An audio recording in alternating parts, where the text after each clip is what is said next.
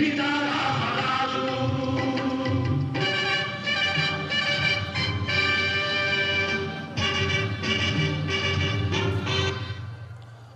ప్రజాపీడిత పరాన్న బుక్కులు అనంత రాజ్యాకాంక్ష వ్యామోహ పీడితులు అయిన ఈ ఆంగ్లేయుల వంశలకు ఆగడాలకు అంతము లేకుండా ఉంది.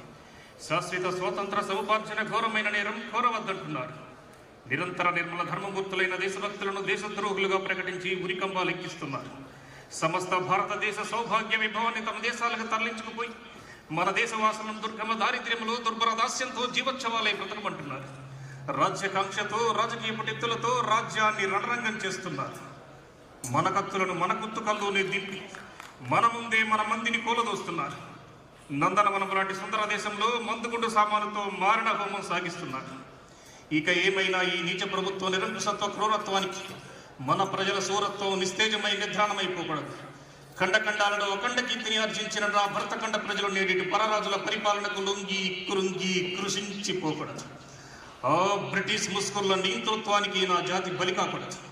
ఈ బానిసత్వము శాశ్వతం కాకూడదు.